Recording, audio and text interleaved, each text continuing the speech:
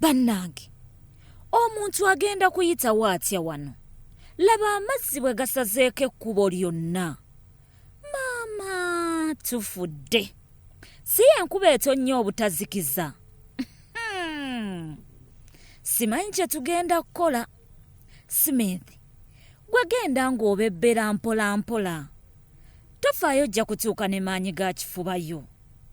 Naye laba ono omusajja wattu owa pikipiki kyokka giremeddeko bitya. Tunaabawulira. Ensolo ziyita muno. Abantu bayita muno. Wano tewaliiwo obulwadde wano. Laba ono ate bw'azannyira obuzannyizi mu mazzi. Ow'ekikutiya, ye otambula olaga wa? Lwaki totuulako wamu? Abakulembeze, ŋŋamba abakulu abatwala ekitundu kino. Nammwe musaabala busaabazi okugguka gye mulaga. Temusobola kuvaayo kutereeza wantu wano.